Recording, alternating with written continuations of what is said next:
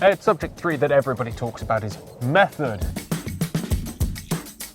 There is many ways to skin a cat or break a clay. Yep. Everyone says you've got to do it this way. Oh, pull through or pull away or any of the methods. There's the only way to do it. What's the truth? The truth is, I think it's somewhere in between the two extremes with everything. There's, as you said, more than one way to skin a cat. The key really is to find out the methods that suit you and suit certain targets better. The fact of the matter is there is not one method, I think, that works on every target under every circumstance. And I don't think there's many people that would sort of argue that. There are a few, but I think what's more important is understanding the basic setup principles, and then whether you choose to apply swing through, maintain or pull away on certain shots is almost secondary in my mind. It's how you apply the method rather than just the method you choose. There are going to be certain targets for sure that I would discourage people using under certain circumstances. So for example, big driven stuff, I would never suggest someone shoots maintain lead for a variety of reasons, because it just is not the right shot for the target. But most of the stuff you see on a sporting course now, you could shoot with pull away, swing through, maintain lead, applied sensibly, and there are plenty of people who shoot to an incredibly high level who use all of those three to some degree or another. The way targets are going recently, I'd say maintain lead become less relevant, but it's still something that I would see, it's a valid shot for a lot of stuff. And you've seen from me shooting the way I tend to do stuff, there's a lot of targets where I will just default to starting in front of them, just out of habit really.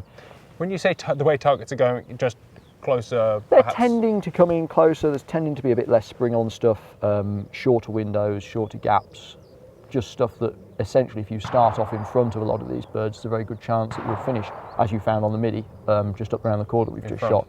If you start in front there, you'll probably finish in front. So there's instances where it's right and there's instances where it's wrong. For me, it's much more about getting the basics right and understanding the fundamentals of the shot. Whether you choose to use option A, B or C then is kind of down to you. Perfect. And one can find that out for oneself, I presume? A bit of it's going to be trial and error. If you're not working with someone as a coach, which is fine, you'll find out that certain instances you just work more towards a swing through or pull away or a maintain lead shot, for example.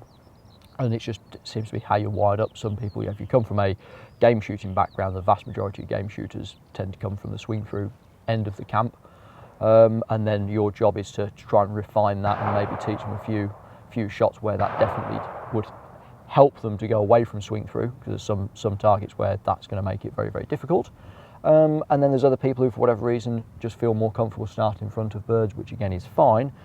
You can start working with that and then show them the instances where maybe that isn't the best option for them. But I don't like the whole idea of this target you have to shoot with this method and this target you have to shoot with that method, because if you look at all of the top 10, 20, 30 shooters in the world, you'll look at a lot of guys doing it slightly different ways, and that's fine. The fundamentals of what they're doing will be very solid, but the details of how they get there might be different from person to person. Okay. We have a pair of targets here to demonstrate some sort of variation in Absolutely, styles. Yep. So it's not really going to be so much about the style that I'm worried about here. It's more about understanding the setup, the general setup for people. So one of the things that people talk about a lot is hold points and understanding where your hold points need to be. Again, for me, there isn't a fixed answer of you need to be half, 2/3, 1/3 back for everything, because obviously in my mind that makes no sense and doesn't work. The bit that I want to try and get across to people is that generally speaking, the angle of the target relative to the shooter is the biggest driving force. So when you get a target that's at a shallower angle, your hold point is going to be much closer to your kill point, so you're going to have a much shorter, punchier move. And when the angle widens out to, say, the biggest angle, which is 90 degrees, your hold point is going to come proportionally further back. Everything slows a touch. Longer, steadier stretch. The amount that you come back, again, is down to personal preference. So, for example, I might say, on this shallow angle quartering bird, I'm going to get you to come 20% of the way back. You may find that you're more comfortable coming 1/3 of the way, or 10%. 10%, that's down to us working with your shooting and figuring it out. Same thing with the crosser. I'm going to say choose a kill point and we'll come about 2/3 of the way back. We may find that for you, you're more comfortable coming half or coming 3/4. Again, that is part of the learning experience for you, but it's trying to show people with two different target presentations, shallow angle quartering away and a crosser. You're not just going to have the same setup for both targets, because as far as I'm concerned, one's like on a golf course using a driver and the other one's using a 7-iron. It's the right tool for the right shot. Okay, Show us how it's done. we'll have a go. So if you want to show me the first target, I know it's a quartering bird from the left-hand side, so pull. My decision is going to be, I'm killing that target over the clump of grass I'm looking at. I know that at that point, it is basically going straight away from me. So if the target's going straight away from me, irrespective of the lead, I know this is going to be a straight at it shot, okay? Almost zero angle, point at it and shoot. Because the angle's so shallow, I'm going to have very, very little gun movement. So in this instance, coming 2/3 of the way back would be far too much, and I'd end Very up, intelligent, wouldn't it? I'd be blowing past the target and missing in front, okay? So in this case, I'm actually going to hold pretty much on top of the kill point. I'm going to come a fraction to the left, let my eyes drift back, watch the bird into the barrel, and this would be your hand-to-eye coordination catching a ball analogy. This is where that analogy actually As soon as makes they sense touch, to me. you're just pulling the trigger. It's a very simple. It's putting two playing. points together. Yeah. That's fine, okay? Second target is going to be a bit different. So show me the second bird, please, mate. Pull. So 90-degree crossing bird. I think the kill zone is going to be about here.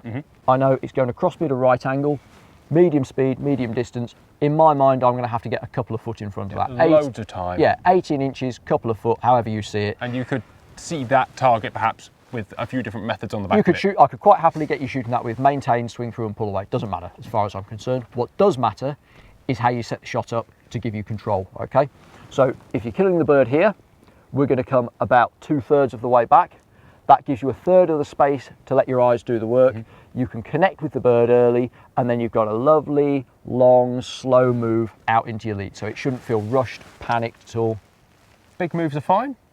Big moves, you'll get progressively bigger moves on bigger angles. So the wider angle targets, you're going to have a longer drawback and a longer stretch into the lead. Part of the reason is you're going to, on a crossing target, need to generate lead. So you're going to have to give yourself time and space to do that.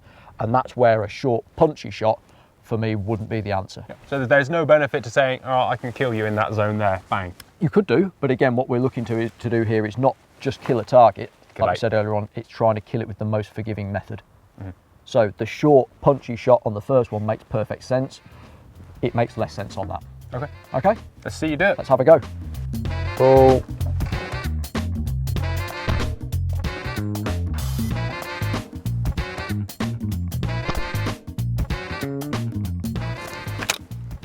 You know, and you could, for argument's sake, just talking about what you've just said there, this may or may not work, but we'll give it a go.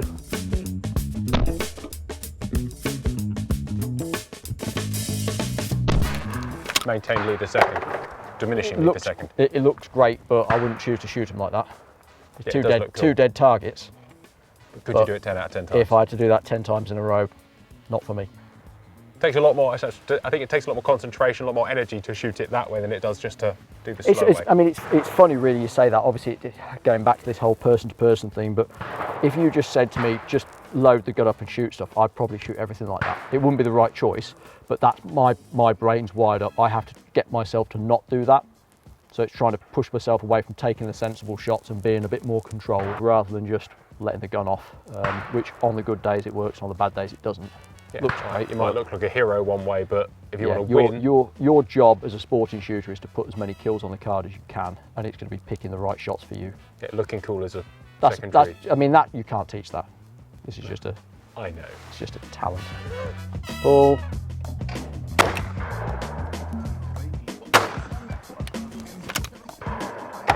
Got there in the end. Man's got skills. So what's interesting is you started dialing yourself back further and further and further with that first Yeah. bird. Is that So- just because you could feel more comfortable with it? It's making it, you make a plan, and this is what we talked about earlier on. You make your best plan, you action it, and then you sort of take your feedback and go, right, could I make that better? The fact that target's broke is not really what you're working on there.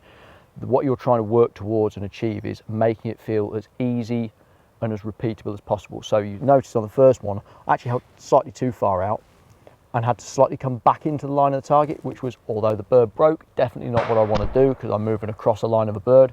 So I dialed it back until I got to a spot where I was really, really comfortable. It was the perfect move, steady away, in control, just watch it come into the barrel, short controlled movement. Yeah. Click your Perfect. brain, second target. Yeah, and then move into the second bird. So you're constantly sort of running the shot, analysing it. Was that what I'm after, yes or no?